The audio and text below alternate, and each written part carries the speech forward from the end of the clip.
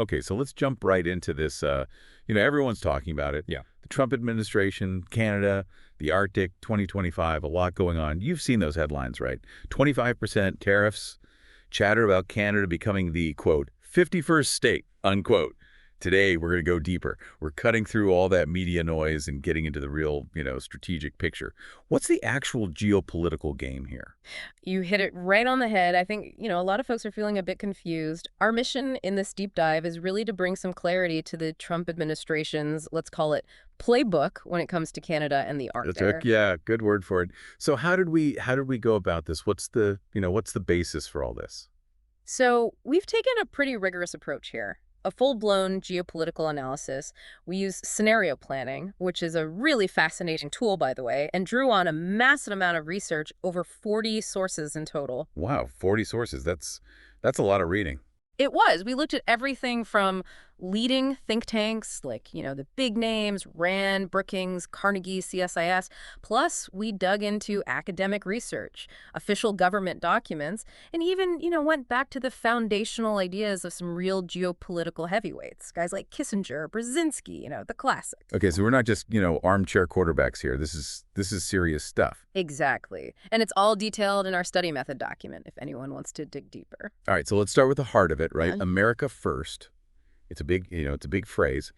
What does it really mean when we're talking about Canada and the Arctic? What's the practical application here? Well, America First, in this context, really boils down to two key things. One, a very strong dose of economic nationalism.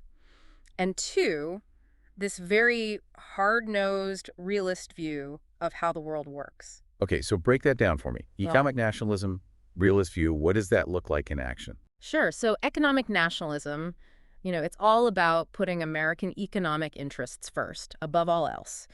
And the realist view, well, that sees the world as a pretty, ruthless place. It says that alliances, they're not about friendship, they're about transactions. What can you do for me?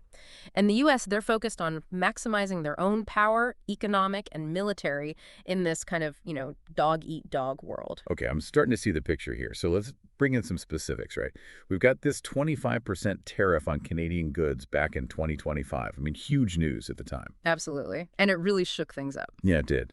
So how does that fit into this, this America First strategy that you're outlining? Is it just, some random trade spat? Not at all. No. See, this tariff, this is a deliberate move, a very aggressive one, really, within this larger America First framework. The goal, it's to give the U.S. a real economic advantage, to encourage, even force American companies to bring their manufacturing back home, reshoring, as they call it. All right, reshoring, we've heard a lot about that. And ultimately, they want to reshape the entire North American supply chain, how things are made and moved around so that it benefits, guess who? The U.S. The U.S., of course. So it's a power play, really. Oh, absolutely. And I think it's worth remembering that CTV News, they had that report in March 2025 about the ongoing tariff discussions in Washington. It shows that this pressure, it's not going away anytime soon. It's a real shift, a huge departure from the whole NAFTA era. Yeah, definitely a different world now. And there's the whole Canada is the 51st state thing. I mean, come on, that's got to be like, just to get a reaction, right? Huh. Pure provocation. It's certainly provocative, no doubt.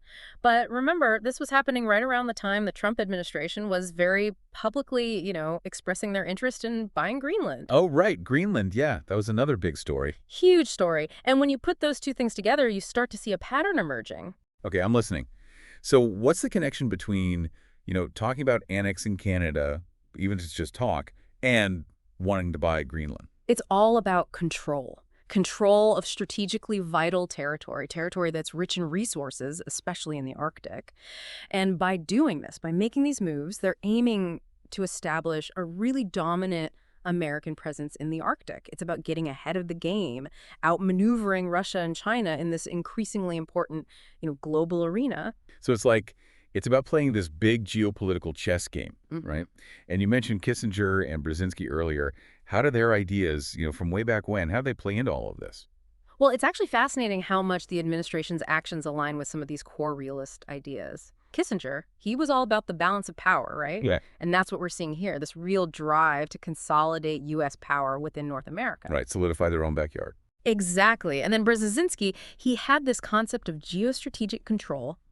He saw the world as this giant chessboard, right? And the idea is that major powers are constantly vying for control of these key regions, these pivotal And territories. North America and the Arctic, those are, prime real estate on that chessboard. Absolutely. So the pressure on Canada, the interest in Greenland, it's all driven by this bigger picture, this competition with Russia and China in the Arctic. Okay, so that's the big why, right?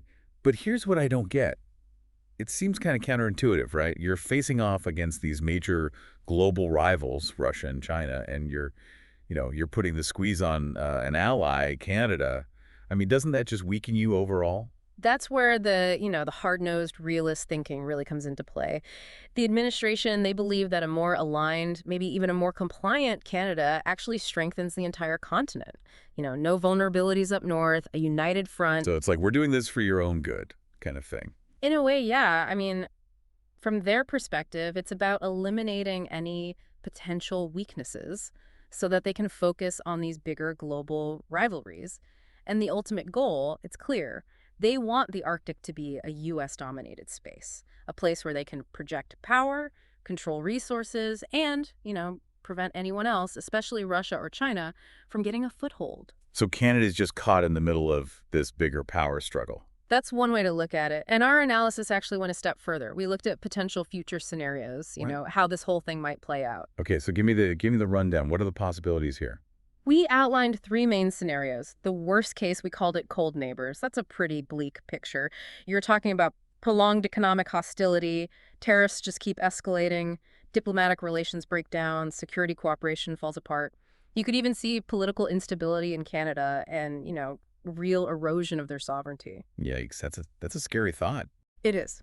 Then there's the best case scenario, negotiated integration. In this one, the two countries managed to hammer out a new, comprehensive agreement. Trade, security, the whole nine yards, a real grand bargain where both sides make concessions. So a kind of a reluctant partnership. Yeah, you could call it that. Cooperation resumes, but Canada's definitely operating under, a lot more U.S. influence.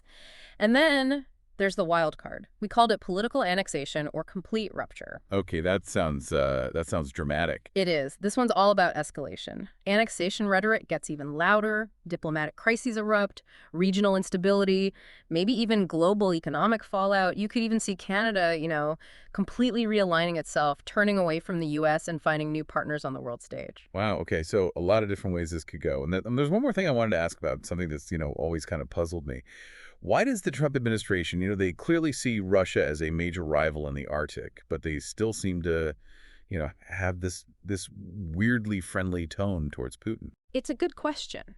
And I think the answer lies in understanding the realist perspective. Remember, for the administration, the core goal, the overriding objective, is U.S. dominance, especially in North America and the Arctic. And they see any kind of positive rhetoric towards Putin, it's all tactical. It doesn't change their fundamental view of Russia as a competitor. So it's like they're playing nice on the surface, but underneath, it's all business, all about securing their own interests. Exactly. They're not going to let anything, not even a seemingly friendly relationship, get in the way of that. The pressure on Canada, it's all part of this larger game. They see it as essential for strengthening their position against Russia, ensuring that their northern flank is secure. So no matter what, the U.S. is going to look out for number one. Absolutely. And that brings us to the key takeaway for our listeners today. The Trump administration's policies towards Canada in 2025, they're not random. They're not just about trade spats. They're all part of this much larger, strategically driven agenda. An agenda focused on securing U.S. dominance in a world that's becoming increasingly competitive. So this rivalry with Russia and China in the Arctic, that's really driving the bus here. It's a major factor, no doubt. And those tariffs, that annexation talk, those are all tools. Tools designed to give the U.S. leverage to ensure North American security, but security defined on their terms, from their perspective. And in this world, alliances, the traditional kind of friendships between countries, they take a backseat to securing American interests. That's a very sharp observation, and I think it's at the heart of what's happening here. Wow. A lot to think about. So for everyone listening, I want you to consider this. As we move further into this new geopolitical landscape, how do you think these strategic calculations, these potential future scenarios, how do they change our understanding of alliances? What do they tell us about the shifting nature of national interests? And what does it all mean for Canada and its relationship with the U.S.? These are the questions we need to be asking ourselves. Thanks for joining us for this deep dive.